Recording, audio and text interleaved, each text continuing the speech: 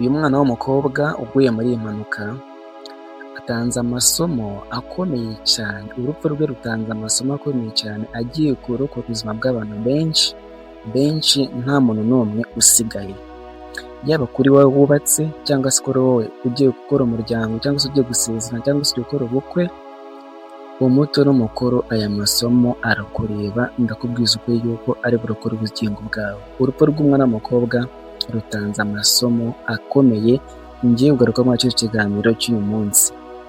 Wahe ikaze no ku Ntangarugero Impact, isoko y'ibiganiro byubaka, nkubwira ngo warakoze kutwizera ukanda subscribe, ndetse muri bwa mbere ugeze hano kanda subscribe, like ndetse uduhe na comment, ukande ku nzogera, maze amasomo meza nk'aya n'ubundi ngiye kubwira ajya kugera 5 kuri 5. Kandi subscribe. Kuri 14 z'ukwezi kwa kabiri 2026 nibwo inkuru mbi y'impanuka yamenyekanye hano mu karere ka Rulindo. Umwana w'umukobwa n'umugabo we, urabizi ko umwana w'umukobwa yari agiye mu bukwe muri paruwasi ya Rulindo nk'uko umuryango we wabivuze cyangwa se bigaragaza amakuru dukesha ikinyamakuru Umuseke cyagiye byandika kuri iyo nkuru. Ntabwo ndagaruka wenda ku rujyanye n'urupfu rwe, ahubwo ngiye ku masomo 5 akomeye cyane aka kanya mwese mukwiye kwigiraho, abantu dukurikira nawe ugeze aha ngaha bwa mbere kuri channel yacu. Ariko nabwiza ukuri, abantu benshi hari abantu barara bataryamye barimo gusengera ingo, umunsi ku munsi bagasengera mariage, bagasengera ubukwe, bagasengera ingo. Hari abandi nabo bari mu ngo zabo bamaze kubona ibyo byishimo, ariko uyu munsi babayeho mu mubabaro ukomeye cyane. Hari abandi nabo bakoze mariage, ariko mu gihe gitoya babura abo bakunze ngo bakomezanye ubuzima. Hari n'abatari babigeraho barara badasinzire kugira ngo basabe ubukwe.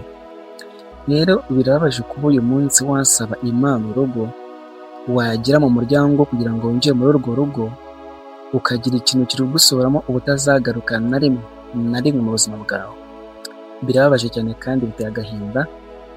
Ariko se kuki Imana yemera ibingibi byose bikatubaho? Ese ni ayahe masomo akomeye uru rupfu rusigiye abantu? Isomo rya mbere ni irengera ngo twese aka kanya turitware, ndetse nizere ko rirahindura byinshi mu buzima bwawe.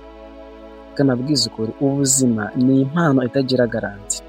Uyu munsi ukwiye kwishima, uyu munsi ukwiye gukunda abantu, uyu munsi ukwiye gufasha abakene, uyu munsi ukwiye kuba uri uwo muntu ubana n'abantu neza, akaba nibwo baba bakugirira nabi. Kuko ubuzima tubamo uyu munsi, twabonye abana benshi bapfa bakava mu buzima basoje amakaminuza, abandi bafite akazi, abandi babayeho neza, bafite imigambi myiza. Bivuze ngo ibitekerezo byacu n'iby'Imana ntaho bihuriye.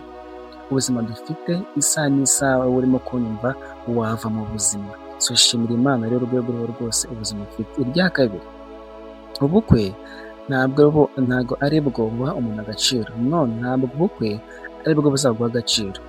Hari abantu benzi neza ko batari bashaka uyu munsi biciraho iteka ati rwose nkeneye ubukwe, Imana dore ndashaje, nahise mu rugo inshuti yanjye.